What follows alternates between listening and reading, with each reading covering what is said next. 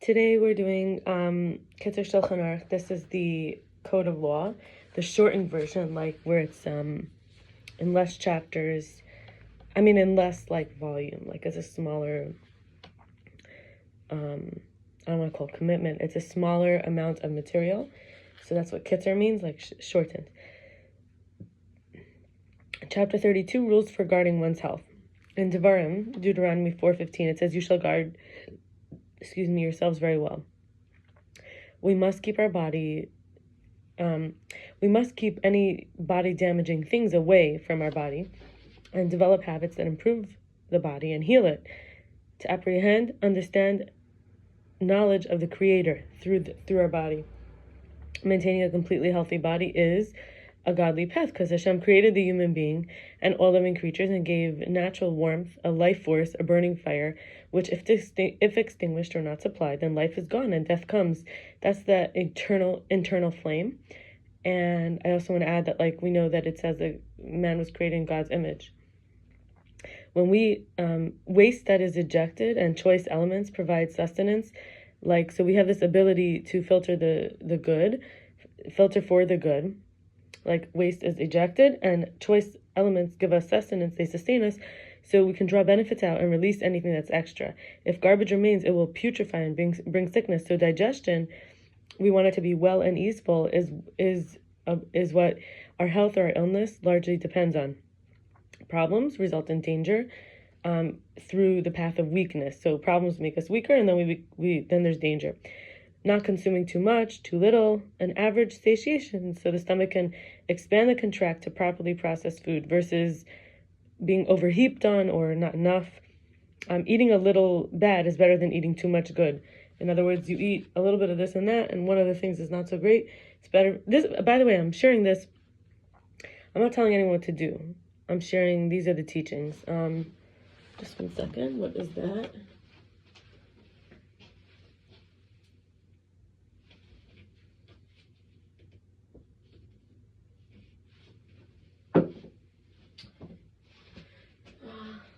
It was a small centipede, a very small one. I literally wanted to kill it, but when I tried to get it with my shoe, it fell and it went somewhere in the wall or something. All right. So eating too much good, like in other words, too much that tastes good, but that's healthy for us. It's important to taste good. Okay. It's important not to eat bad food. Bad can mean many things. Here we're talking about things that can cause illnesses. A youthful person has a strong digestive capacity and requires more food than a middle-aged person. An elderly person has to eat light foods in a small quantity and of good quality to invigorate his strength. We eat less on hot days than cold days, and summer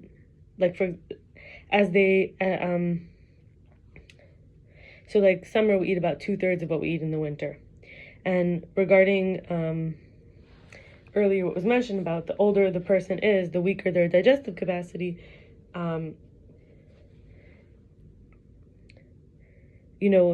Obviously there's things we could do to affect that. Not everyone is exactly the same.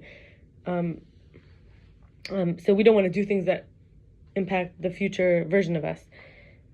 It's recommended to engage in a strenuous activity. Some strenuous activity could be walking or working, something that warms up the body. But not, don't engage in strenuous activity, or like, for example, a very long walk or hard work right after eating. And it's also best not to sleep for at least 2 hours after eating. We can rest or walk a little, and it's best not to bathe, bloodlet, or sexual intercourse either for 2 hours after eating.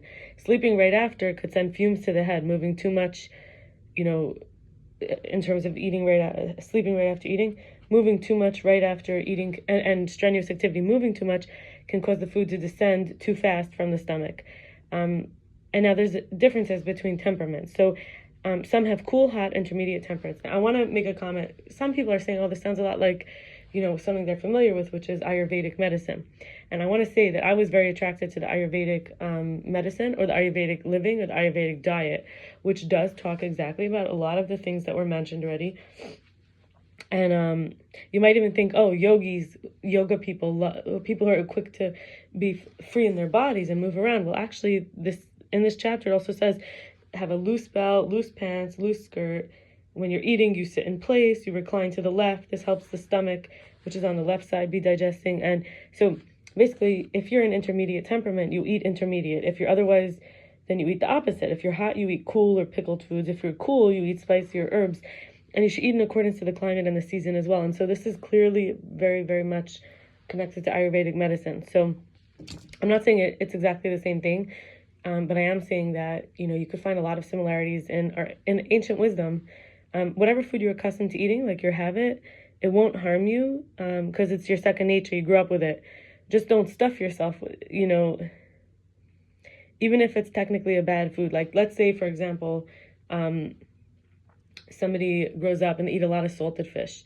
And here they might say, oh, it's not good for you. But they grew up with it. It doesn't harm their body. That's a natural food for them.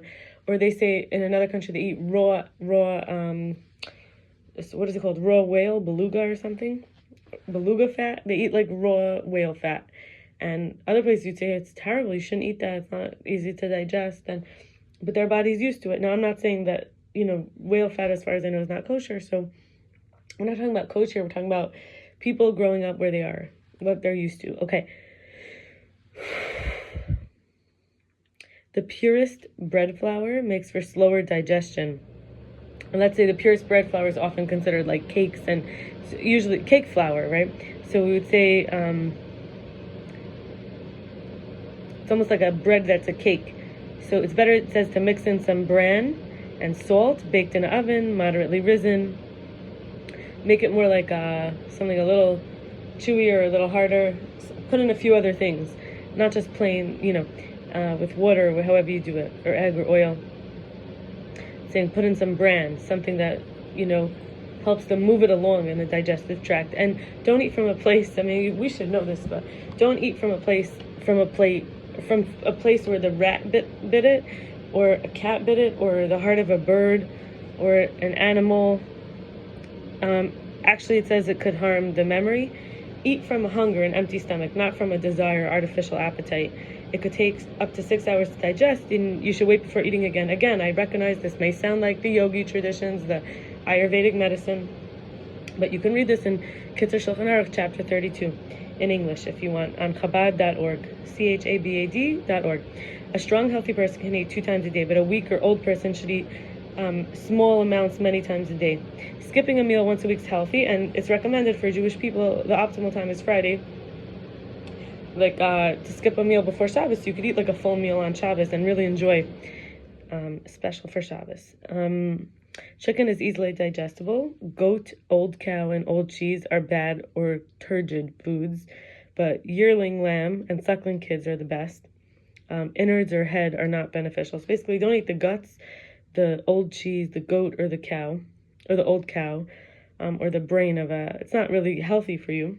Again, it mentioned that if you're used to eating this growing up, it's fine, but it's saying soft meats like a goat or a lamb that are babies are good for you to eat. Chew well before swallowing. Avoid foods that have a bad smell. I mean, for me, I would say often I just think fresh, like it's bad. But here it's saying there's a lot of other foods like that. First of all, also, by the way, I want to back up. It says it's good to accustom ourselves to eat bread in the morning. That's from the Talmud, Bava Metzia 107b. Before eating different types of foods, you can eat so it says, let's say again, sounds like Ayurvedic medicine, but eat the food that has the laxative effect first, the one that makes you go to the bathroom. Then eat the lighter foods, and then eat the foods that are taxing, like the heavier foods, and should be eaten last, and not too much of it. So, which are heavier foods which take longer, so they won't stop up all the digestion. Imagine if you eat the laxative food less, and then it's trying to push out your system. It messes everything up. So, again, these are foods to avoid. Truffles and mushrooms, aged salted cheeses, large aged salted fish, food that has very bitter taste or food that has a bad smell, wine from the press, cooked food left to the point that it has an odor. Foods to eat in small quantities and at long intervals. Large fish, cheese, milked, left for over 24 hours since being milked, barley bread, onions, matzah, cabbage, leeks, mustard, radishes, garlic, meat of a large oxen or a large male goat. It's better to only eat those in the winter, not even in the summer at all. Foods not to eat too much, but are not that bad. Water birds, these are like geese and ducks. Young pigeons, dates, breads that are kneaded with oil. Fine flour so thoroughly sifted that there's no hint of bran that remains. And we should abstain from tree fruits, especially before they're ripened, because they're compared to swords in the body and carobs.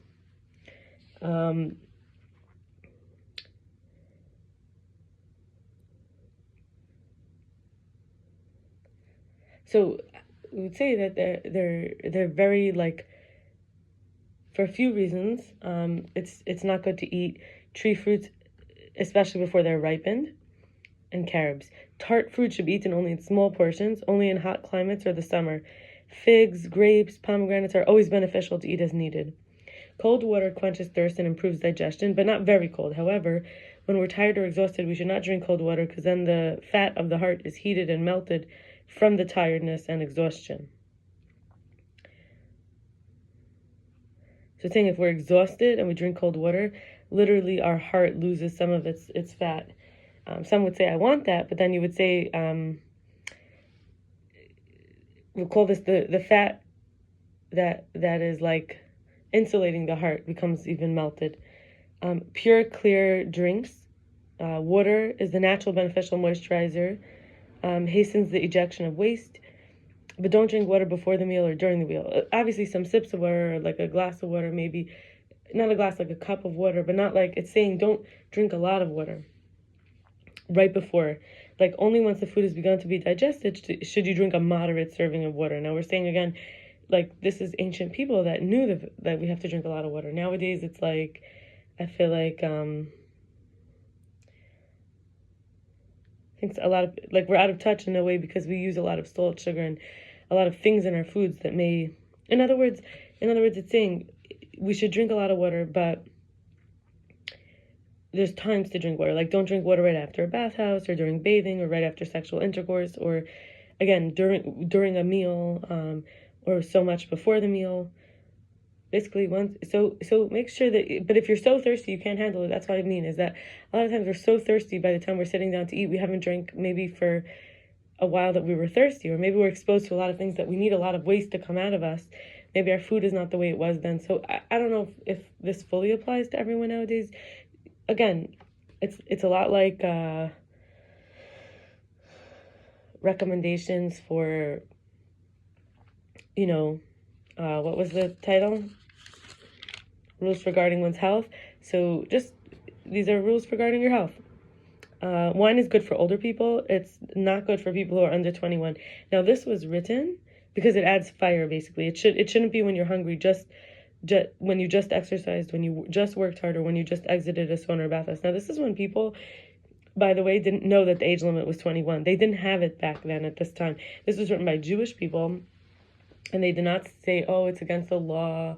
There was no 21-year-old age limit for alcohol, like in United States modern times. This was basically based on their times. What they knew about temperaments, liquid, water, food, health, timing, and don't drink or eat unless you're hungry or thirsty, but definitely defecate as soon as you need, and check if you need to eliminate before you eat, which is something I've actually noticed I can incorporate if I think about it. Sometimes I go to the bathroom and I actually have to use the bathroom, but I didn't get so much of a signal, and I was about to eat more and put more food in, and that really helped me to start to think about this. Try to have a relaxed bowels, because constipation or difficulty defecating is a sign of harm or illness. Exercise more in the winter, less in the summer. A fat person needs to exercise more than a thin person. Joy, anxiety, anger, and fear have psychological impacts. So, caution is needed when we have strong emotional reactions. An intelligent person should be happy with his portion and not get anxious about the world that is not his own. We shouldn't seek luxuries. We shouldn't always try to seek being satisfied. We should be moderately joyful. basically we should be satisfied. We shouldn't keep seeking it. That will satisfy me. If I get that, I'll be satisfied. And we should be moderately joyful because it helps digestion, it expels waste, it's proper body heat, and it strengthens our vision and our intellect. But too much foolish joy, like when we think food and drink will make us feel happy, it heats up and kills natural heat, and too much anxiety cools the body too much. So too much manic gets us like overheated, and it actually kills our natural heat, and too much anxiety or like nervousness cools the body. Anger brings too much heat, which has actually a counteractive chill.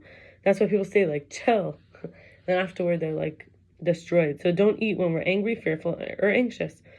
Regarding sleep, we should sleep in moderation. We can eat foods that induce sleepiness, but too much sleep causes detrimental fumes to go from the belly to the head. And we shouldn't sleep when we're hungry because it will act on the food waste, causing degraded fumes to ascend to the brain. Now, this is strange because the other day I actually slept when I went to bed really hungry. And then the next day, like 2 days later, I was so sleepy. I had to sleep like 11 hours. We should have our head slightly raised in the body when sleeping because natural sleep also occurs at night. Day sleep is beneficial only for those accustomed to it. So if you're used to taking a nap or whatever, it's good for you, but natural sleep occurs at night. Don't bathe when you're hungry or full. Very hungry, like if you ate a snack, we're talking about like hungry or full. First wash with hot water, then warm water, then lukewarm, then cold. Afterwards dress, cover your head well, even in the summer, and wait till the spirit is settled, body is rested, and heat is dissipated. Then you can eat. It's very beneficial to take a nap right after bathing before eating. So again, I want to remind you, this is in a different time. We do not have such a privilege around bathing. A lot of people who are not homeless have access to showering every day or every other day. And so we don't necessarily go through a whole procedure and make it such a big deal, but maybe this could be something that helps us to feel extra grateful about our showers. Again, I have heard that we should go from hot to cold. We should do cold water before, but I don't do that. But obviously here it's saying that there's health benefits. We should live in a place with clean, pure air, high up in a spacious building. In the summer, we should not live in a place that's open to the north or the east. That's interesting because I used to live in a place that was high up in a spacious building, and now I live underground in a cave. So I guess it's interesting. It says don't have anything foul-smelling nearby, and instead make good sense. So I do like to make good sense, but I used to, not the last apartment, the apartment before, I used to have garbage piled up near my window, one of my windows. Air should be average temperature, not too heated inside in winter, just enough to remove the coldness. Don't come suddenly from dark place to light place. Do it gradually and vice versa, little by little, like how the sun rises and sets. It's called transitional. Don't look at highly reflective of light items. Like don't dwell in a house with all the windows on the north side because it's all reflected light. The sun shines from the south side and the windows are on the north side, so it reflects in. High walls, opposite windows, so all the light coming in is reflected.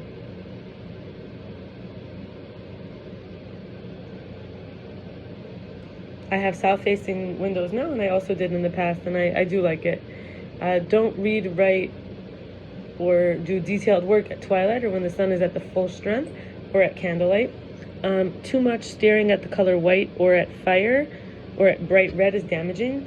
Also excessive sexual intercourse. Also too much walking or too large of strides. Sulfurous fumes, fine dust, wind that blows in the eyes, smoke, or too much crying are damaging. And that is all.